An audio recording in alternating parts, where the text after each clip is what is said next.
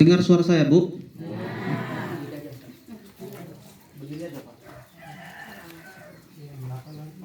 Biar ibu yang di belakang nampak saya kan. Orang Jawa ketemu dengan orang Jawa, piye kabari? Api. Orang Inggris ketemu dengan orang Inggris, I'm fine. Orang apa lagi ya? Orang Batak bertemu dengan orang Batak, biado, horas. Orang Islam bertemu dengan orang Islam, Assalamualaikum warahmatullahi wabarakatuh. Waalaikumsalam warahmatullahi wabarakatuh.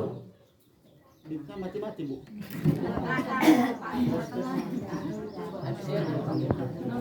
Mati lagi. Oh, baterainya mungkin ini. Baterainya ini. Apa itu, Bu? Apa itu, Bu? Nama saya sebut. Ini Bapak baru di sini kan. Oh, iya. Masih ingat sama saya, bukan?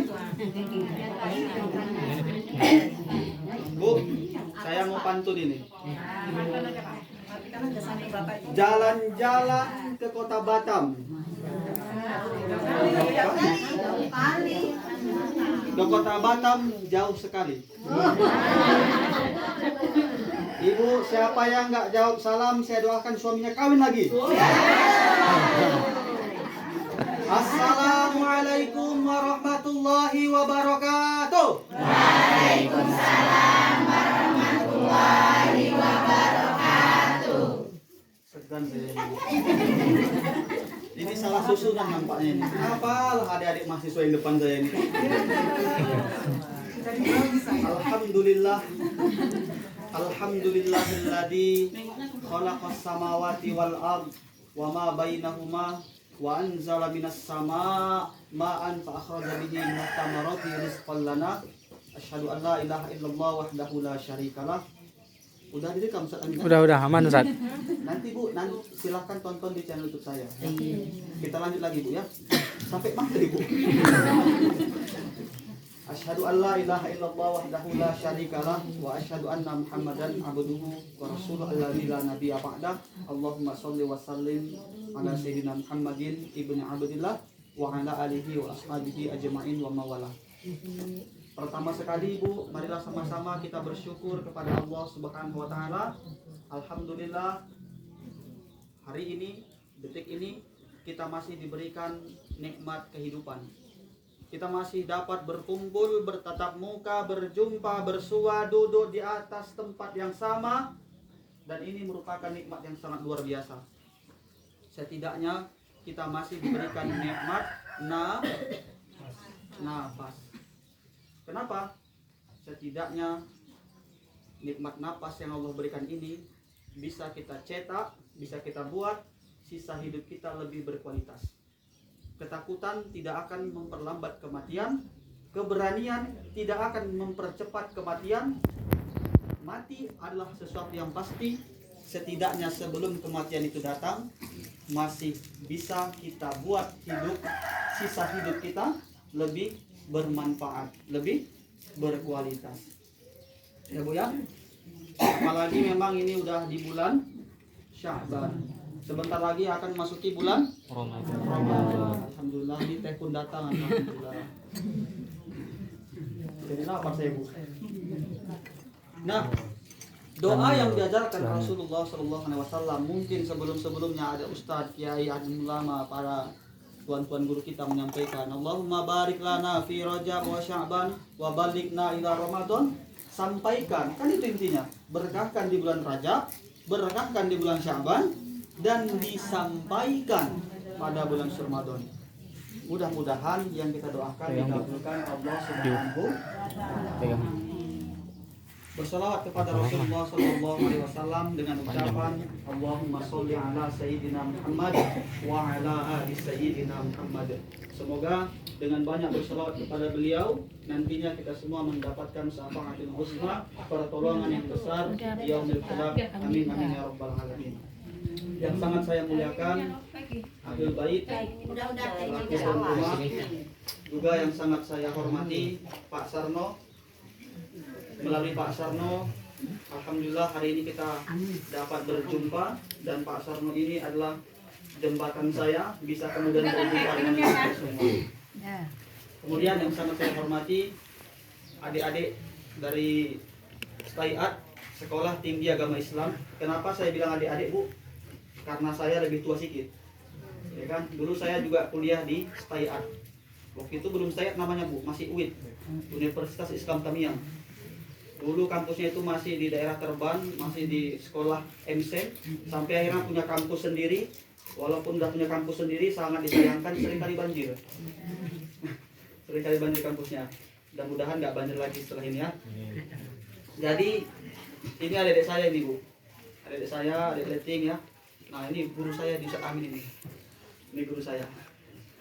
Dulu waktu saya ngajar di Syukronia, kebetulan jumpa dengan Ustadz Amin. Waktu itu masih murid saya, dianya. Tapi setelah bertahun-tahun saya tinggalkan Syukronia, masuk lagi saya situ, datang berkunjung, ternyata Ustadz Amin sudah menjadi guru. Berarti kan saya adalah guru yang sukses, ya kan, Bu? Murid saya menjadi guru. Sekarang saya belajar sama dia. Ini Ustadz saya ini, Ustadz Amin. Masya Allah. Yang sangat saya hormati berikutnya Bu Dato. Kata Pak Sarno tadi ada Bu Dato sini ya? Yang mana Bu Dato? Wah, berarti jelas saya dia kan? Jelas Bu kan? Ada Bu Dato jelas ini.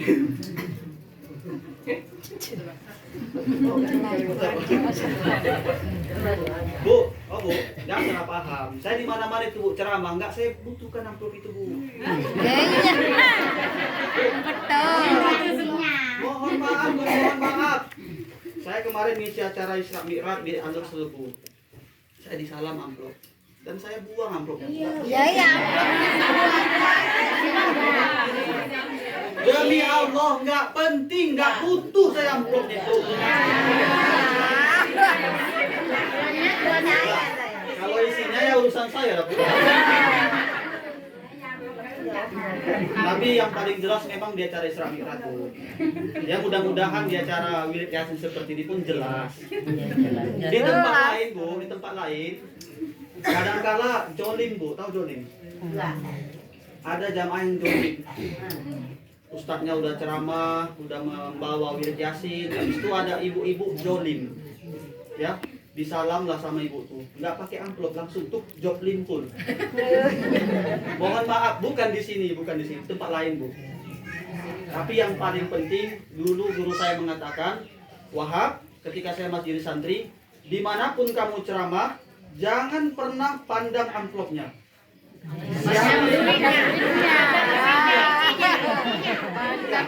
Maksudnya begini, Wahab, ceramah itu jangan seperti air keran. Ini yang saya ingat, terngiang-ngiang sampai hari ini, yang tetap saya pegang. Kenapa gitu? Air keran, tunggu diputar dulu dia baru keluar isinya. Betul, Bu? Tapi ceramah itu harus seperti air hujan. Air hujan, mau tempat yang tandus sekalipun, tempat yang subur bahkan sekalipun, kalau waktunya turun, tetap turun dia. Nah, dan kami ini sama seperti ketika lagi menggali sumur, Bu. Bu, kalau kita gali sumur, terus nyangkol, terus gali, terus segala macam, yang kami cari niatnya apa? Air bersih. Tapi kadang saat mencangkol, saat menggali, kena cacing, tersakiti cacing. Tapi kan enggak ada kami niat untuk nyakiti cacing, betul kan, Bu? Kalau semua niat kami untuk motong-motong cacing, enggak selesai sumur tuh, ya kan? Kurang lebih seperti itulah kami yang ceramah ini. Niat kami semua untuk biar bagaimana kita semua meraih keridhaan Allah Subhanahu wa taala. Pesan-pesan dari Rasulullah sebagaimana hadis Nabi, balighu anni wal ayatan, sampaikan dariku kata Rasulullah walaupun cuma satu ayat, ini tersampaikan. Kalau kemudian ibu ada yang tersinggung, ada yang tersindir, mohon maaf sekali, Bu. Tidak ada maksud saya seperti itu. Kalau kemudian tak ada juga yang tersinggung, tak ada juga yang tersindir, berarti ibu keterlaluan. Ibu-ibu sekalian yang dimuliakan oleh Allah Subhanahu wa taala. Terus Malaikat Jibril di dalam kitab Ihya Ulumuddin dijelaskan bahwa Malaikat Jibril itu, Bu, sanggup menghitung 7 lapis langit, ya, segala isinya, dan 7 lapis bumi segala isinya. Nah, ini kita ngaji bentar, Bu, ya. Ngaji kita ini nggak lama-lama, Bu, ya, bentar aja. Tapi yang penting kita ngaji dulu. Dalam kitab Ihya Ulumuddin, malaikat itu dapat menghitung seberapa banyak daun-daun yang ada di pepohonan. Malaikat Jibril sanggup menghitung seberapa banyak pasir-pasir yang ada di depan kita ini, di seluruh pantai. Bahkan malaikat Jibril sanggup menghitung seberapa banyak buih yang ada di lautan. Luar biasa nggak itu? Tapi malaikat Jibril tak sanggup, tak mampu, tak dapat menghitung seberapa banyak orang pahala yang mendengarkan pengajian, yang mendengarkan pengajian-pengajian Islam, majelis-majelis ilmu. Ini keutamaan ketika kita mendengarkan pengajian seperti ini, Bu. Itu dia. Kemudian apa lagi keutamaannya? Turunlah malaikat itu dari langit ke bumi. Dilihat siapa yang di kampung itu ada pengajian, dan ternyata ditelusuri ada di Wonosari, di Dusun Cepet. Alhamdulillah. Selama ibu duduk diam di sini mendengarkan yang disampaikan berupa ceramah agama, selama itulah malaikat akan memohonkan ampun kepada ibu-ibu semua. Amin, Bu. Amin. Amin, Allahumma amin. Tapi yang diampunkan dosa-dosa yang kecil. Dosa yang besar enggak, Bu. Dosa yang kecil contohnya macam mana? Mungkin enggak sengaja menggibah, enggak sengaja. Ya. Enggak sengaja menggosipi orang. Ya kan? Menceritakan orang, enggak sengaja mungkin, Bu, ya, enggak sengaja. Ya. Tapi dosa yang besar tidak Allah ampunkan. Apa dosa yang besar? Melawan sama suami, Bu. Ibu, yang melawan sama suami ada, Bu? Enggak ada. Saya yakinnya di Wonosari ini semua ibu-ibu soleha. Amin. Enggak ada yang melawan sama suaminya. Amin. Ibu-ibu semua ibu-ibu yang rajin sholat. Amin. Yakin saya itu yakin. Kalaupun ada yang durhaka sama suaminya, Bu. Kalaupun ada yang durhaka sama suaminya, paling 1, 2, 3, 4, 5, 6. Ibu-ibu yang dimuliakan Allah Subhanahu wa taala. Bu, apa dosa yang sering dilakukan oleh ibu-ibu? Mohon maaf ini, izin Pak Sarno saya bela sedikit, Pak ya. Ada di sini istri Bapak.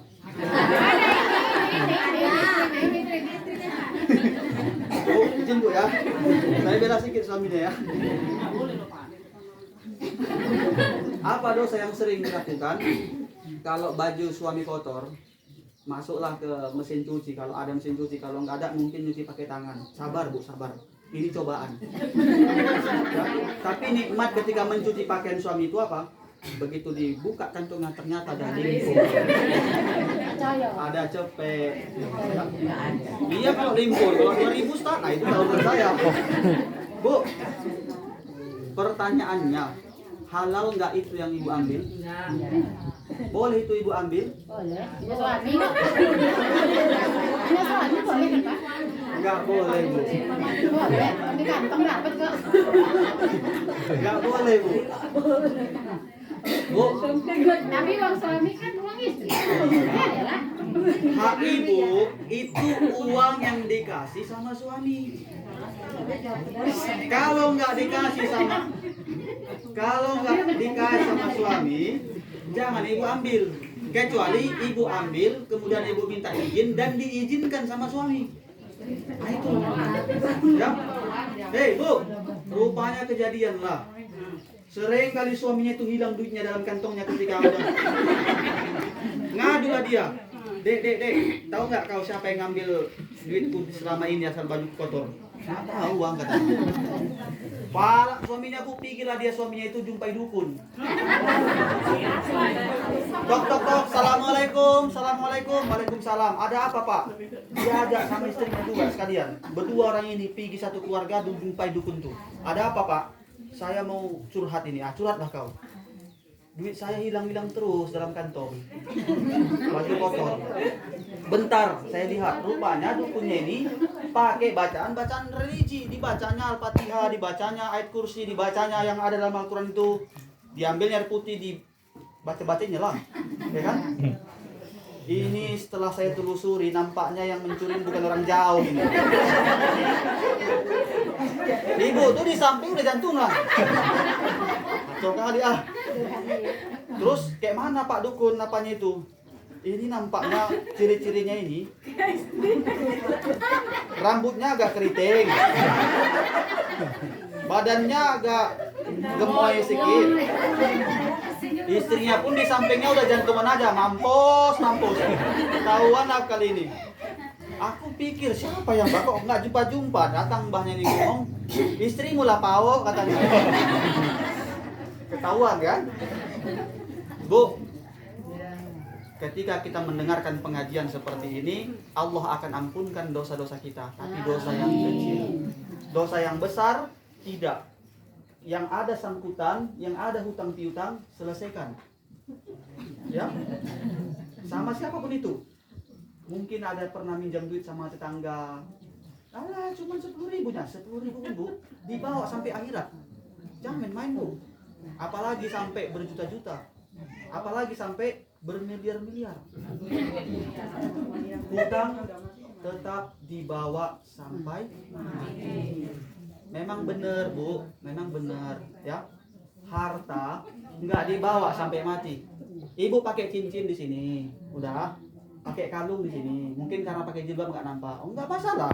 Pakai gelang di sini. Sengaja pamer dengan metode apa? Manggil kawannya. Miel. Itu kan ini. Ya Bu, betul memang harta yang ibu pamerkan itu nggak dibawa sampai mati. Tapi karena harta ini sangat penting, ya Rasulullah SAW mengatakan harta itu akan dibawa sampai mati. Harta yang seperti apa? Pertama, harta yang ada masih sangkutan sama orang, itu dibawa sampai mati Bu, dipertanggungjawabkan. Kalau ada hutang piutang, makanya sebelum orang meninggal itu ditanya dulu sama bilalnya itu kan, ada enggak hutangnya, ada enggak, kalau ada jujur biar kita lunasi, kan gitu Bu. Itu kalau harta yang tak baik. Tapi harta yang baik yang dibawa sampai mati, itulah harta yang hari ini kita punya. Ada emas kita di tangan, ada emas kita di kalung, kita jual, kita gadaikan, atau kita jual sekaligus bangun masjid, berikan ke masjid, atau sedekah yang sifatnya amal jariah, kayak jam dinding. Selama jam itu masih ada di masjid, selama itulah pahalanya akan terus ngalir sama orang yang memberikan. Itulah pahala yang dibawa, harta benda di dunia yang dibawa sampai mati. Nah itu. Dan yang terakhir, keberkahan yang Allah turunkan menghadapi pengajian-pengajian seperti. Tapi Bu, ingat, ada 3 cobaannya. Bu, 3 cobaan kalau pas lagi kita pengajian kayak gini, 3. Yang pertama, ini setan semua nih Bu. Yang 3-3 ini. Yang pertama, setan akan bawa cangkol. Ini senjata setan. Untuk apa? Nanti kita jelaskan dulu satu ya. Yang kedua, setan akan membawa madu. Dan yang terakhir, yang ketiga, setan itu akan membawa yang namanya jala atau jaring. Kok kayak punya lakiku ya gitu? Bukan itu. Ya. Yang pertama, cangkol. Untuk apa gunanya cangkol? Biar dicangkolnya lah, maaf, pantatnya jamaah itu biar cepat-cepat tinggi. Makanya saya perhatikan siapa yang cepat-cepat mau pergi di sini ya. Yang kedua, madu. Untuk apa madu itu Bu? Biar dioleskan di dalam mulutnya, di bibirnya itu. Biar apa? Di sini ngomong, di sana ngomong. Biar lancar untuk berbicara. Dan yang terakhir, yang ketiga, jala atau jaring. Untuk apa? Biar di jaringnya lah jamaah itu ngantuk dia. Makanya kalau orang ngantuk itu kan gini dia. Tapi mudah-mudahan kita semua bisa menghindari senjata-senjata setan tadi, cobaan yang terberat, karena memang pahalanya sangat luar biasa Bu. Bu? Ya. Berhubung ini sudah memasuki bulan Sya'ban, sebentar lagi kita akan memasuki bulan suci Ramadan. Ya, minimal ada persiapan kita. Apa aja persiapannya itu? Yang pertama Bu, kalau ada puasa yang tertinggal di tahun sebelumnya, ganti kodo. Ya, nawaitu soma godin an adai fardhu ramadana, kodoan, mengkodo, mengganti. Ya. Namanya Bu, jangankan ibu, kami yang laki-laki aja kadang ada yang tinggal. Betul itu Ustaz? Ya kan Ustaz? Oke. Ada yang tinggal Bu, kadang yang laki-laki ini sakit, apalagi ibu yang memang ada waktu jatah liburnya itu, pasti tertinggal. Inilah saatnya untuk mengkodo. Walaupun kata Rasulullah, setelah nisfu Sya'ban 15 ke atas, fala tasumu, jangan lagi berpuasa. Tapi ada yang boleh berpuasa. Siapa itu? Yang membiasakan diri dengan puasa sunnah Senin Kamis. Siapa lagi? Yang membiasakan diri dengan puasa Nabi Daud. Hari ini puasa, besok libur, besok puasa lagi. Ya, tapi puasa Nabi Daud berat. Saya pribadi aja masih sekelas puasa Senin Kamis dan itu masih diusahakan. Siapa lagi? Yang belum selesai hutangnya di tahun sebelumnya. Maka setelah 15 masuk 16, 17 sampai nanti Ramadan sebelum tiba, masih ada kesempatan kita untuk mengganti, mengkodo puasa-puasa yang telah kita tinggalkan. Kalau ada hutang ibu sama orang, pasti ibu akan coba untuk bayar. Dan orang itu kalau nggak dibayar pasti marah. Ini hutang kita sama Allah, ganti itu. Itu persiapan yang pertama. Persiapan yang kedua, mengetahui keilmuan tentang puasa. Apa aja yang nggak boleh dilakukan oleh orang-orang yang puasa, itu mungkin ibu udah tahu. Ya Bu ya? Boleh itu makan Bu waktu puasa? Boleh. Boleh Bu. Kalau siang hari lagi puasa kayak gini, ibu makanlah, silahkan. Tapi ingat Bu, jangan sampai ketahuan. Ya, tapi di mana tempat yang nggak diketahui Allah? Nah itu pula masalahnya. Yang nggak boleh orang puasa lakukan, makan, minum. Niatnya udah tahu Bu kan? Niat buka puasa apa? Niat ketika sahur apa? Udah tahu kan? Udah apa kan? Alhamdulillah, nggak lagi susah Ustaz yang ngajarin. Ya kan Bu? Nah, di sini berapa rakaat Bu? Tarawihnya 11 Pak ya. Di tempat lain ada yang 23. Jangan ribut antara 11 dan 23. Bu, jangan ribut. Ya. Di sini mungkin 11, di sana 23. Udah nggak usah ribut. Ya. Yang 11 benar, yang 23 juga benar. Ya, Ibu, sekarang saya tanya. Mau pilih mana, Bu? 11 start jam 8 tapi selesai jam 11 juga. Yang 11 rakaat tapi selesainya jam 11 malam, atau yang 23 rakaat selesainya jam 9. Nah, ayo pilih mana, Bu? Yang buat ibu nggak mau 23 rakaat itu apa? Karena lama. Betul Bu? Ya, jujur aja lah Bu sama saya. Kita ada yang tahu ini. Ya Bu ya. Bu, ada kejadian seperti ini Bu. Ini yang menjadi imam di tarawih 11 rakaat mantan Kori. Begitu dia baca, panjangnya luar biasa. Bismillahirrahmanirrahim. Ibu tuh di belakang. Lama nggak ini ya? Udah tengok nanti. Alhamdulillahi Rabbil Alamin. Mak, nampaknya aku salah tempat ini kata. Ar-Rahmanir-Rahim sampai waladdallin.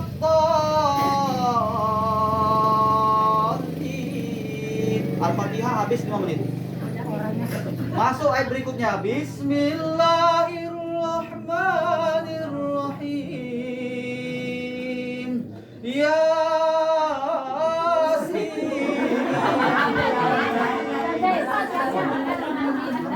Mampus ya. Dibaca ini. Akhirnya ibu nih tobat, nggak mau lagi sholat itu, pindah dia ke dusun berikutnya. Begitu dia sholat di dusun berikutnya, alhamdulillah terbebas dari imam jahanam itu. Sakit pinggang aku sholat sama dia. Pindah ke tempat sebelumnya, dusun sebelahnya. Begitu dia dengar bacaannya, Bismillahirrahmanirrahim. Kayak kan dalam suaranya ini. Rupanya imam yang di situ pindah juga ke situ. Mampus. Dengar imamnya. Oh, kamu cepat ya? Aku bikinlah cepat ini. Dengarkan ya. Imamnya marah, Bu. Dia mau marah sama ibu tuh malu sama peci. Disimpannya lah marah tuh, dia dalam hati ngomong, awas ku bantai cepat. Bismillahirrahmanirrahim. Alhamdulillahirabbil alamin arrahmanir rahim maliki yaumiddin. Iya. Anak kecil di belakang bilang, ngeputer. Ghairil maghdubi alaihim waladdallin. Amin. Bismillahirrahmanirrahim. Saking kencangnya lupa baca ayat, Bu. Inna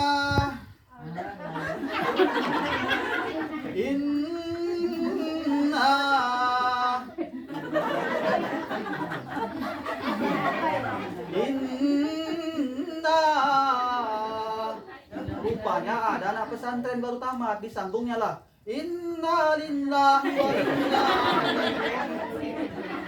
Rusak sholat tarawih, Bu. Ya, Bu.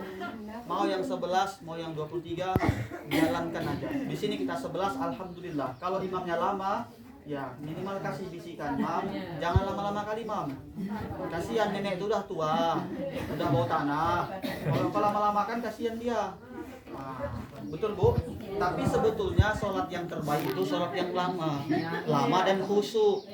Di Mekah, Ibu pernah ke Mekah? Enggak pernah, Bu. Sama, saya juga belum. Tapi kita tahu informasi di Mekah itu mereka sholat 11 rakaat, tapi 1 rakaat 1 juz. Ibu bayangkan tuh, itu kalau kaki udah gini-gini tuh. Tapi lah kakinya orang sana kuat. Hanya saja orang Indonesia makannya kangkung dan ubi apa gini-gini kan.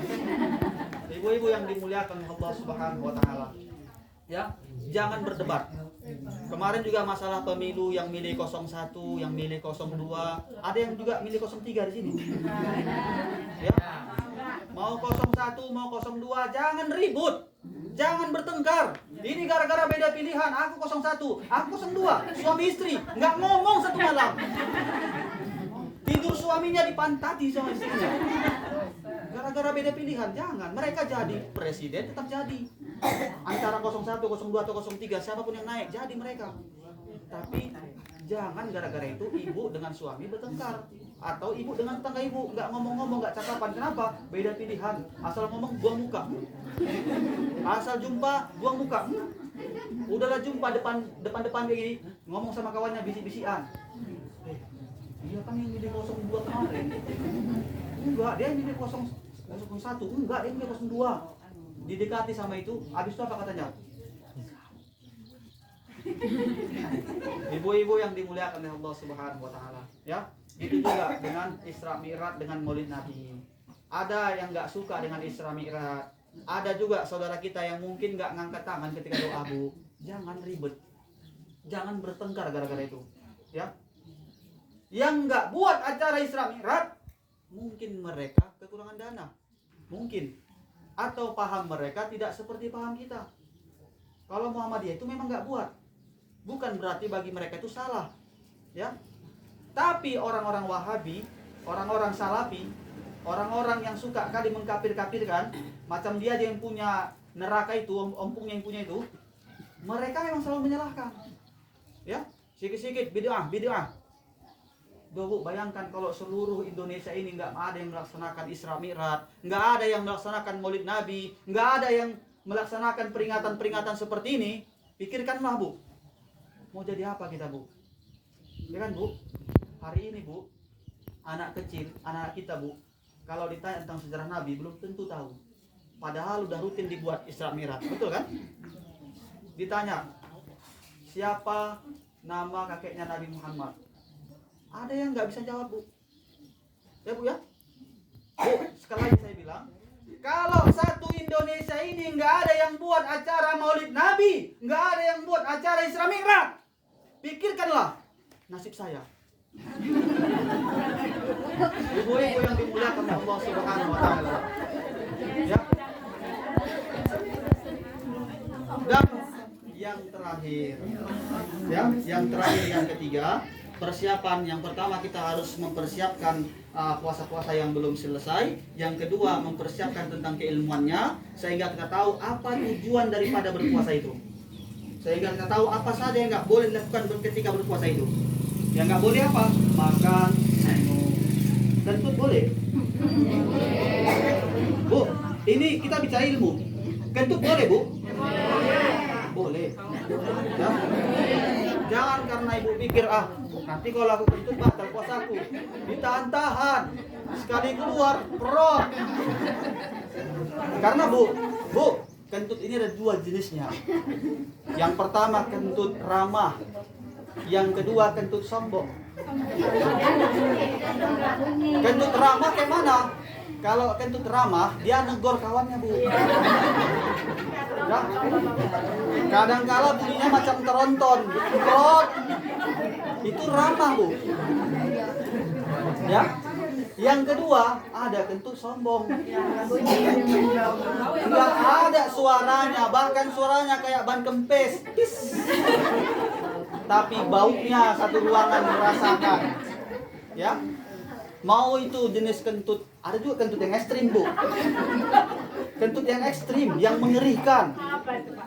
Kentut yang bercampur dengan sesuatu. Ada. Kalau bahasa di kampung saya bilangnya kecirit. Udah nggak tahu. Aduh. Bu, mau kentut seperti apapun, kalau lagi puasa Ibu, kalau dia keluar, yang batal itu wudhu, bukan puasa. Lanjutkan puasanya. Ya? Paham, Bu?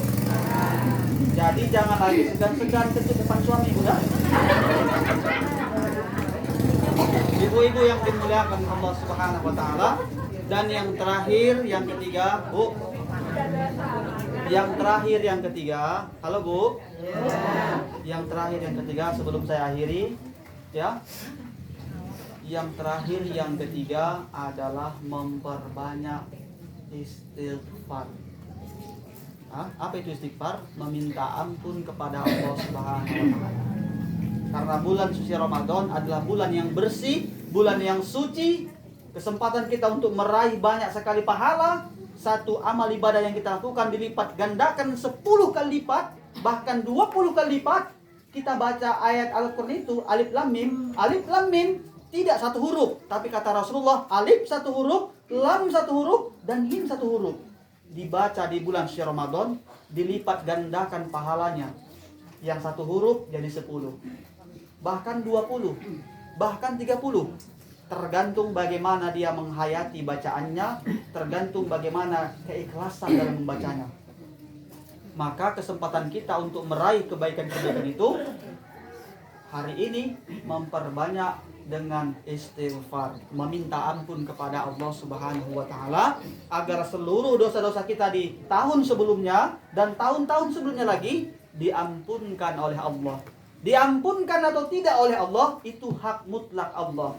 Tapi beristighfar, memohon ampunan itu kewajiban kita.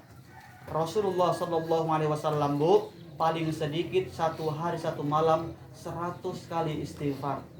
Paling sedikit. Siapa Rasulullah? Rasulullah orang yang dijamin masuk surga, nggak akan pernah masuk neraka. Orang yang maksum dari dosa. Tapi begitu pun dia mau istighfar sampai bengkak kakinya sholat tahajud, membaca istighfar 100 kali. Kita siapa yang jamin? Wahab, Abdul Wahab ini. Satu orang pun gak ada yang jamin saya masuk surga, nggak ada, Bu. Belum tentu saya ngomong di sini berkuar-kuar berapi-api, ya kan? Walaupun di sana mungkin ada yang berair-air sambil tidur. Belum tentu saya ini masuk surga. Tapi saya memohon kepada Allah dan meminta pertolongan juga sama Ibu, bantulah saya. Paling tidak pinomat saya mati dapat mengucapkan kalimat la ilaha illallah. Amin, Bu. Bukan sekarang. Kalau sekarang. Ya, itu dia. Hanya 3 pesan itu. Enggak banyak yang dapat saya sampaikan, cuma sedikit, tapi mudah-mudahan ini bisa sama-sama kita amalkan, Bu, ya. Oke? Ada pertanyaan, Bu? Enggak ada, alhamdulillah. Kita tutup dengan doa.